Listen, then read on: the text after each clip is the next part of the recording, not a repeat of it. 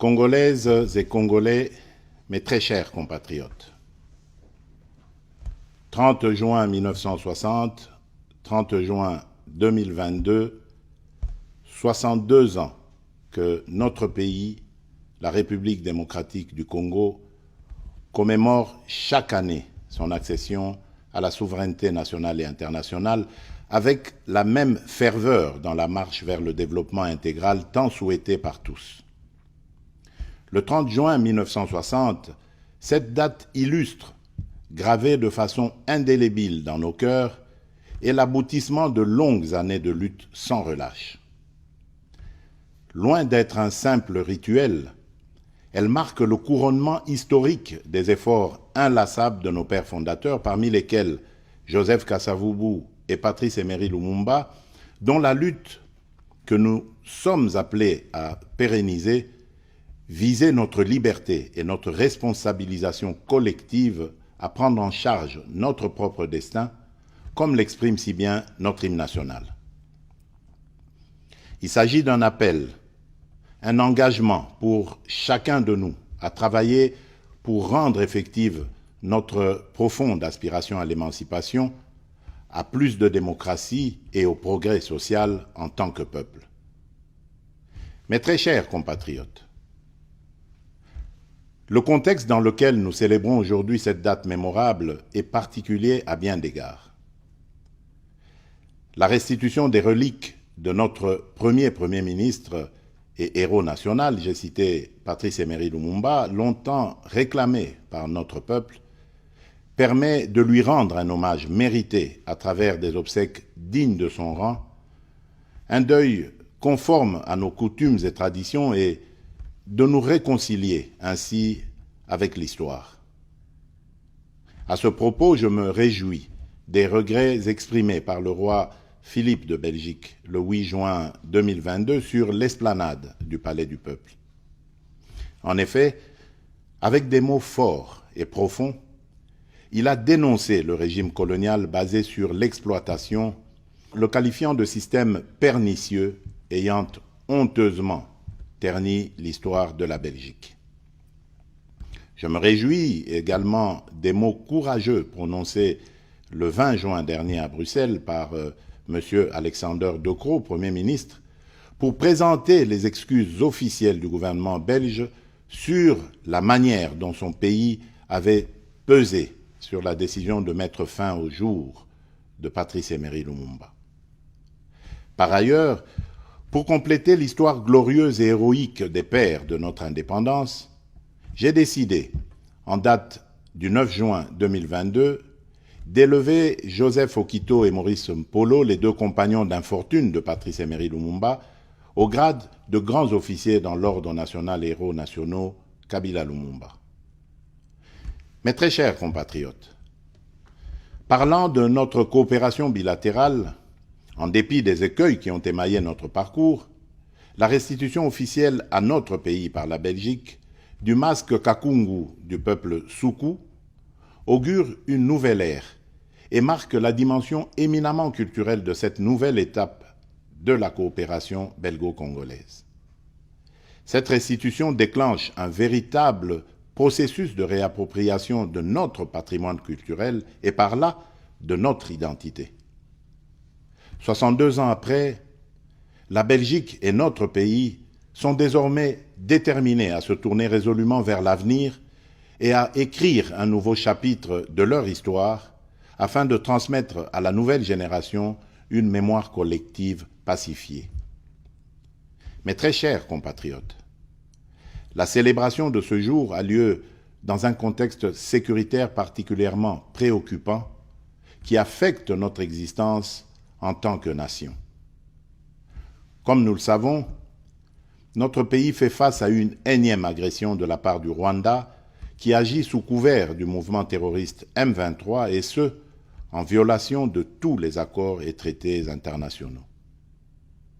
À ce sujet, garant de l'unité et de la cohésion nationale, je réitère mon serment constitutionnel de maintenir l'indépendance et l'intégrité territoriale et de sauvegarder l'unité nationale.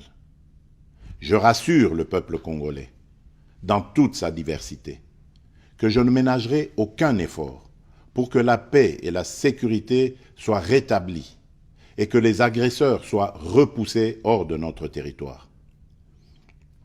Dans le même sens, j'appelle chacun de nous à considérer l'intégrité de notre territoire comme une question vitale pour laquelle nous n'admettrons ni transaction ni compromission.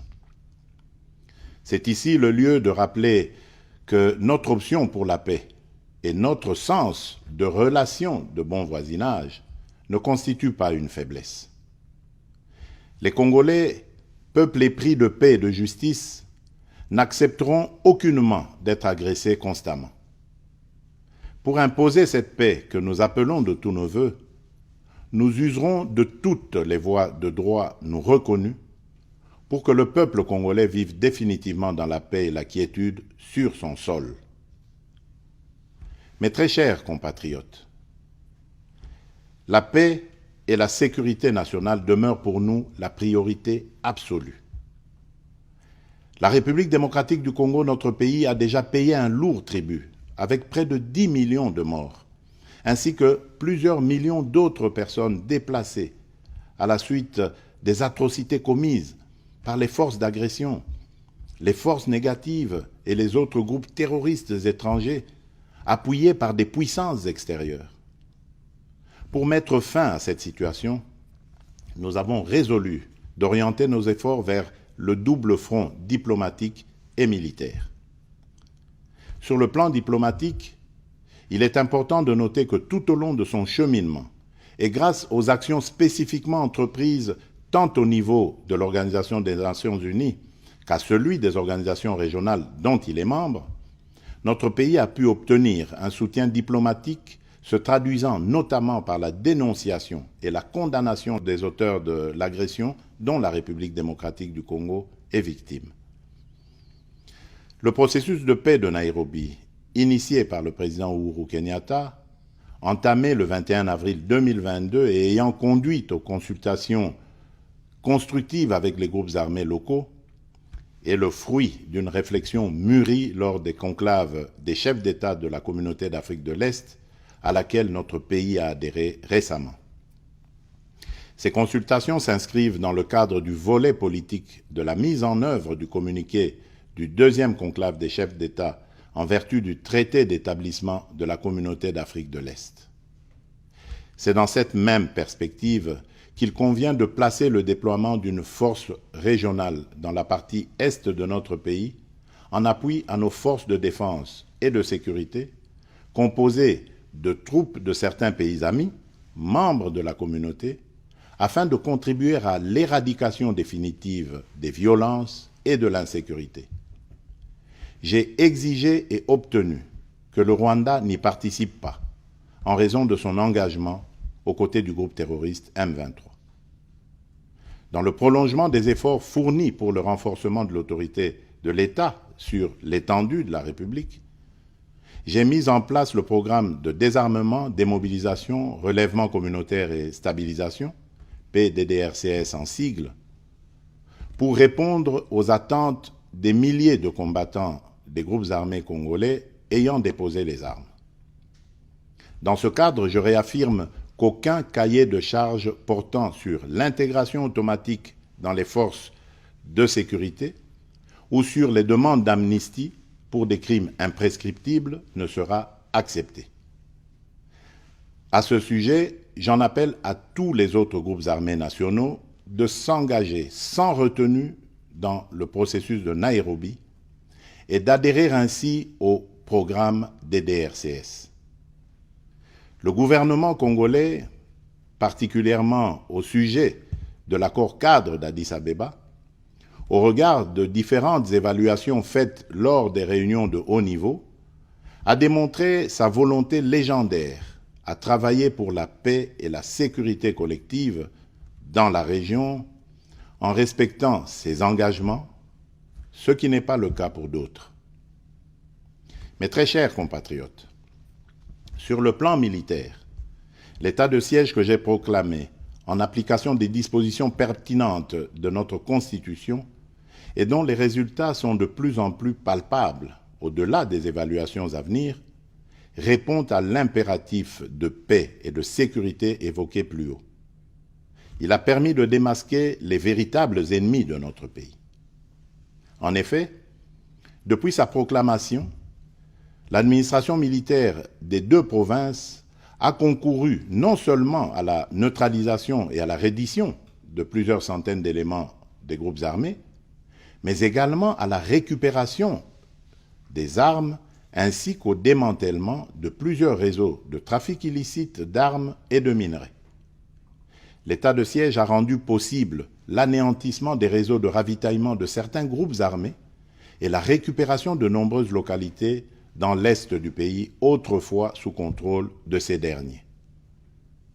Mes très chers compatriotes, tout en m'inclinant devant la mémoire de nos combattants tombés au front, je salue avec force la bravoure des FARDC engagés dans cette guerre pour défendre jusqu'au bout l'unité et l'intégrité de notre territoire national, de même que l'implication appréciable de nos services de sécurité. Je tiens à les féliciter et à leur renouveler toute ma confiance. Aussi, tout en appréciant à sa juste valeur le soutien manifeste dont notre peuple fait preuve au quotidien à l'endroit de nos forces de défense et de sécurité, je lance un appel solennel à la mobilisation générale, quelles que soient nos divergences par ailleurs, en vue d'intensifier ce soutien populaire sans faille qui fait tant de bien au moral de nos combattants engagés au front. Mon appel s'adresse d'une manière toute particulière à notre jeunesse, que j'invite à s'enrôler massivement dans les FARDC et dans la police nationale. Mes très chers compatriotes, c'est dans le même contexte que j'enjoins le gouvernement de la République à renforcer les capacités logistiques et matérielles de nos forces de défense et de sécurité nécessaires pour soutenir leur montée en puissance. Cette commémoration est aussi l'occasion d'exprimer mes condoléances les plus attristées aux familles éprouvées et la solidarité de toute la nation à nos frères et sœurs de l'Est du pays, à nos compatriotes déplacés et aux autres victimes des violences et des affres de cette guerre nous imposée injustement. Afin d'éviter de tomber dans le piège de la xénophobie et du discours de haine, je vous exhorte, Congolaises et Congolais, à plus de vigilance et à respecter l'ordre établi. Notre diversité socio-culturelle, qui est une richesse inégalable, est un atout majeur pour notre développement et notre cohésion. Cette diversité fait la République démocratique du Congo et lui rend sa grandeur. Mes très chers compatriotes, le combat pour la libération n'est pas fini. Il se pose aujourd'hui en termes économiques et se gagnera sur le front du développement.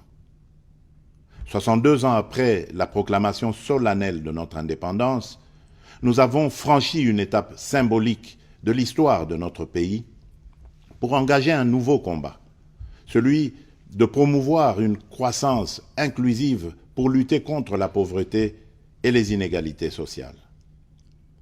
Tous ensemble, nous devons être conscients qu'une dépendance économique prolongée nous mènera à terme à l'érosion de notre indépendance politique. Ainsi, pour jeter les jalons de cette indépendance économique et du développement durable de notre pays, le gouvernement de la République démocratique du Congo a fourni des efforts qui ont permis l'amélioration de fondamentaux macroéconomiques et qui ont abouti notamment à l'augmentation significative des réserves de change, l'appui à la gratuité de l'enseignement primaire, l'amélioration des salaires de base de l'ordre de 30% en moyenne pour les fonctionnaires, les militaires et les policiers, l'amélioration du système de retraite des agents publics de l'État, ainsi que le financement du processus électoral. Pour ce qui concerne la mise en œuvre de la couverture santé universelle, à ce jour, nous en avons parcouru du chemin et des étapes concrètes et essentielles ont été franchies. j'ai instruit le Premier ministre ainsi que tous les ministres concernés d'entreprendre sans délai la migration du système actuel octroyé de prise en charge médicale des fonctionnaires de carrière ainsi que des hauts fonctionnaires et assimilés vers le système contributif prévu par la couverture santé universelle. Dans les semaines qui viennent, le programme d'accès gratuit aux soins de santé pour la femme enceinte, les accouchements et les soins aux nouveau-nés sera effectif dans l'ensemble des zones de santé de Kinshasa. Ensuite, ce programme s'étendra progressivement aux autres provinces du pays. Sous mon impulsion, le pays s'est lancé dans un ambitieux programme de réformes économiques. Ces dernières se complètent sur le plan financier par une mobilisation importante des ressources, tant internes qu'externes, lesquelles ont diversifié les sources de nos revenus. Il en va de même des efforts consentis pour améliorer le climat des affaires, renforcer la lutte contre la corruption, le blanchiment des capitaux et le financement du terrorisme, tout ceci en vue d'attirer des investissements étrangers. Cependant, il reste encore des défis considérables à moyen et long terme. Mes très chers compatriotes, cette date mémorable du 30 juin nous interpelle tous à l'unité.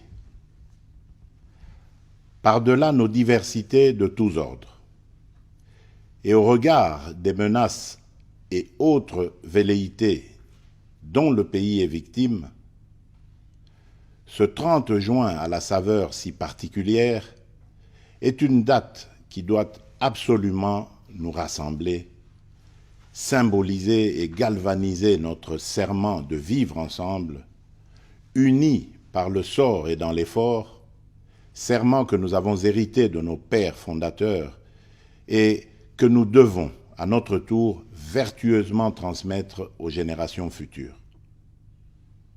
En restant sur la voie de la sagesse héritée de nos pères fondateurs, continuons à bâtir notre grand et beau pays, la République démocratique du Congo, cette belle terre hospitalière et bienveillante qui fait battre continuellement la chamade à nos cœurs, pour ainsi donner une allure forte à notre existence collective, à notre destin commun et à notre unité nationale.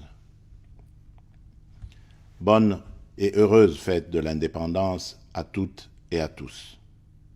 Que vive le peuple congolais, que Dieu bénisse abondamment la République démocratique du Congo. Je vous remercie.